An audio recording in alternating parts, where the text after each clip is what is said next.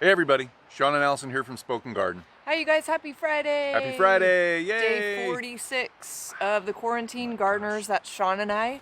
And this is our daily YouTube series chronicling our garden adventures and projects in our own backyard. During quarantine.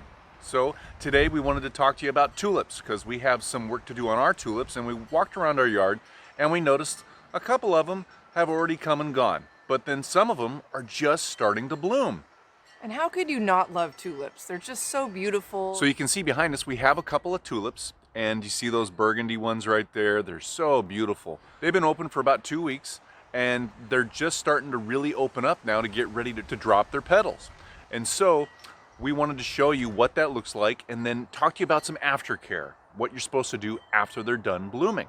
Here's the container that we were sitting in front of, and you can see these beautiful new, kind of recent tulips that just popped up. Yeah, just got a couple days ago. Yeah, oh, we love that color. Beautiful. These have been awesome. We've really enjoyed these kind of wine-colored tulips. These are new for us this year. You can see how they're really starting to open up and as they progress through their flowering cycle. Yep. The further open they get, the closer they are to being done flowering, and those petals are getting wider and wider from each other, and soon they'll just start to die back and they'll drop off, and you're going to be left with just the flower stem and the rest of the leaves down below. So what a lot of people do is after the bulb is done flowering, they just come right in, even with the green leaves, and they'll cut these right down to the ground, stem and everything. And what you want to do is not do that right after the tulip is done flowering. You want to leave the leaves and everything above ground alone until it's actually withered and died down to the ground. Then you can clear away the debris.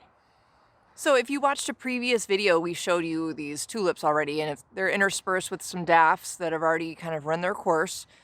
But we have just really been enjoying this, all these colors. Beautiful tulips. So you can see how wide open a lot of these tulips are. These are double tulips. Did you guys know that there are 14 different types of tulips? So we have a few of them around our yard. You can see how wide open these are. They're kind of getting to the end of their flowering cycle. And here's one last look at another container in our front yard that we just love. Just beautiful color. So that's the tour of the tulips in our yard, front and back. So guys, we're working on a product. It's patent pending. It's to help save your tulips from squirrels and a couple other bulbs that you might be growing in your yard that the squirrels actually do disturb and might even eat. So more information coming on that as the weeks go by, but we're really excited about it, and we'll be sharing it with you as soon as possible. So if you guys got any questions at all or comments, leave them down below for us. Go ahead and give us that thumbs up. Let us know we're doing a good job. And subscribe so you get updates on our newest videos as they come. Thank you guys for watching and for being here. Have a great Friday, and we'll see you tomorrow. See you tomorrow, everybody. Bye, guys. Bye-bye.